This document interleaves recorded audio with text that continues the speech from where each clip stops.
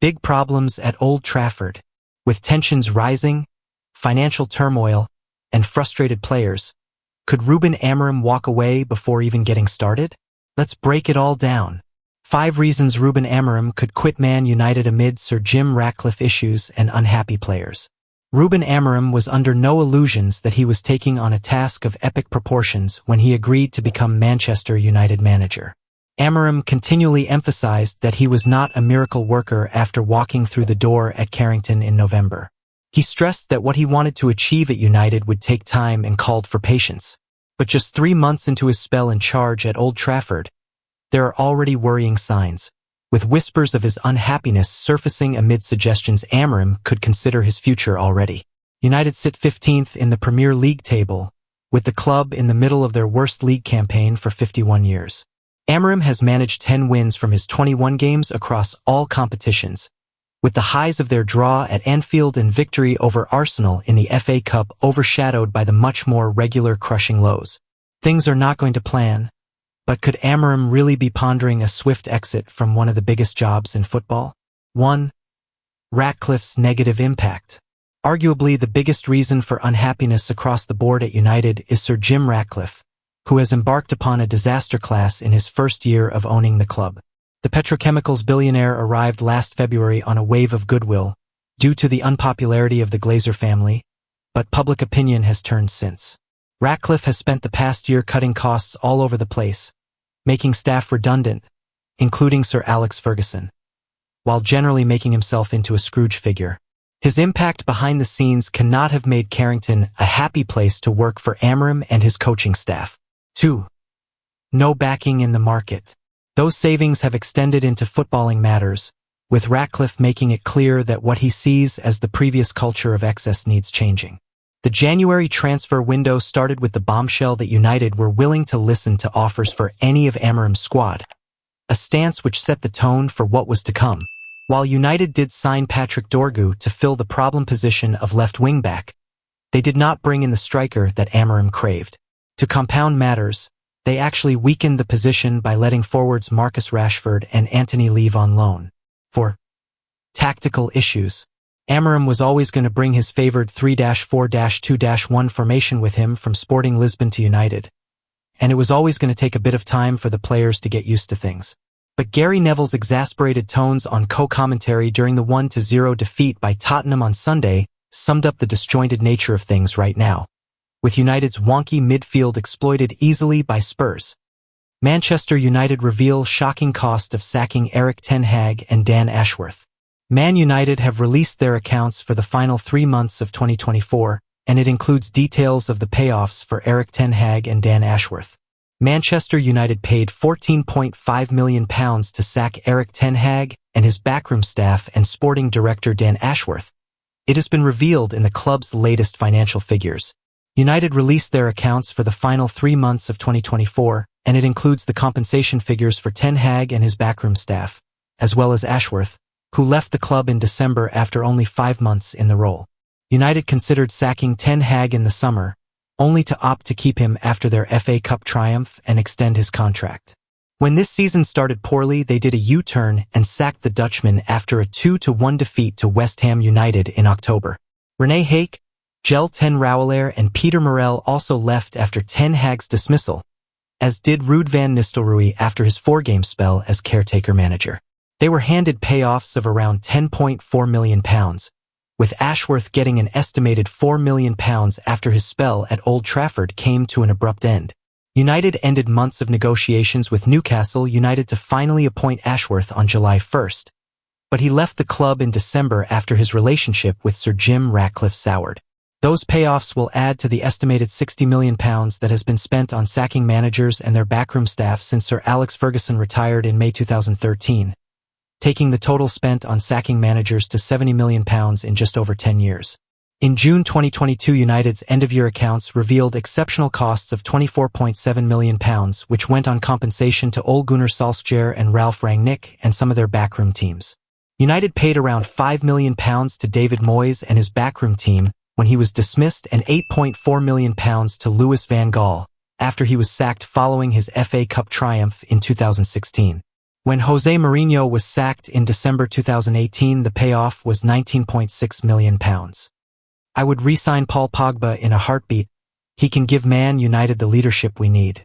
Former Manchester United striker Louis Saha believes Paul Pogba would be the exact signing that Ruben Amorim needs to make to turn around the club's fortunes. Pogba's second spell at United ended underneath a dark cloud in 2022, as consistent injuries prevented him from playing a meaningful role. While his performance at the 2018 World Cup set a benchmark for the midfielder, he rarely reached those heights at Old Trafford. Since leaving United, Pogba rejoined Juventus, but that spell was littered with injuries, and then a lengthy ban in February last year after being provisionally suspended in September 2023 for testing positive for DHEA. Initially, he was set to be banned from the sport for 4 years, but this was reduced to 18 months after the appeals panel agreed that the Frenchman had taken the substance unknowingly.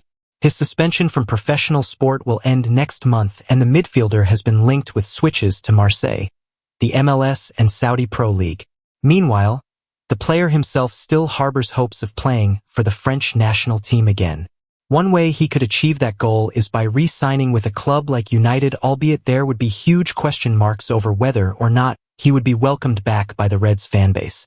Speaking to best betting sites, Saha set out why United should be advancing with a move for Pogba as a matter of urgency. "Yes, I would take Paul Pogba back at Manchester United in a heartbeat," he explained. "It's not only because of the squad that we have now with injuries and all that, but for all the elements that he brings as a player. We need guarantees, we need quality, we need confidence, we need leadership, and this guy now has an opportunity to show how much he wants it. Pogba can show he has the ability to be one of the best in the league in this position, especially with the motivation and the focus that he has to understand where he can improve and what parts of his game he needs to adapt. Pogba has to focus on himself and think, all those things that I've done in the past, I should not do anymore. It's an opportunity to sign someone who is highly motivated. He's going to obviously still have huge confidence about his ability. I'm sure that when he looks at this midfield at United, he has a different type of vibe in his game. So definitely it's an easy fit.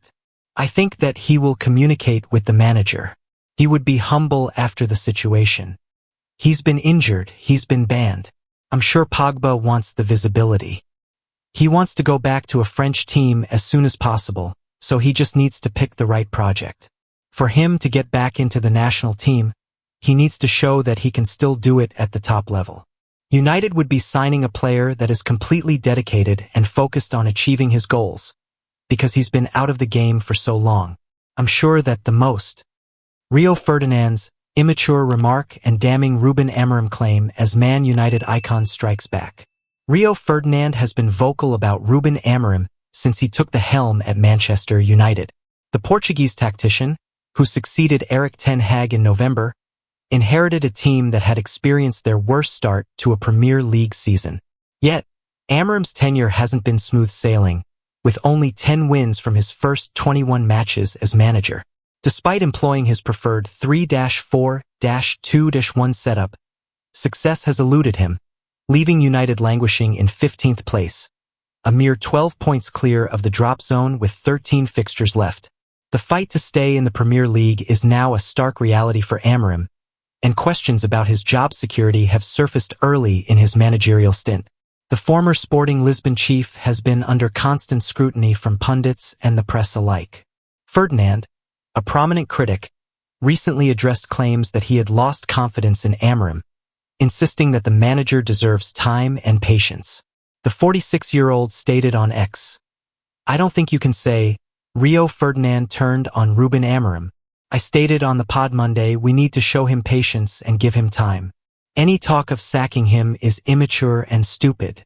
Here, we take a closer look at Ferdinand's previous remarks about the United manager, tracing back to his initial endorsement and bold assertions that Amorim's arrival could unsettle Pep Guardiola. Supporting Amorim and scaring Pep claim.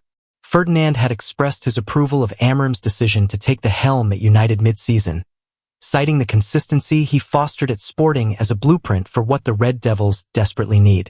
In November, Ferdinand pointed out, "These players are in a desperate state. When you look at the Sporting team over the last few years since he's been there, they have a consistent team and way of playing. He seems to be able to deliver a particular style of football on a consistent basis, and I think that's a starting point for Man United. If we see that being churned out week in week out, it would be a huge improvement. United enthusiasts were buzzing for Amorim's touch after his sporting side dominated Manchester City with a 4-1 victory in the Champions League. Ferdinand was so taken with the Portuguese outfit that he boldly professed on TNT Sports that Guardiola will be scared about facing Amorim's tactics in the Premier League. I was excited by the change in dynamics of his team in the second half. How aggressive and dynamic they were. They showed fight and resilience, he proclaimed. You want a bit of sunshine, and hopefully that man can bring that. But it's going to take some time. It is not an overnight job. But Pep will be scared. Amorim's positive impact. Highlighting Amorim's positive effect on players, one standout example is Harry Maguire. The England centre-back had started only 3 league games under Ten Hag and seemed to be nearing an exit.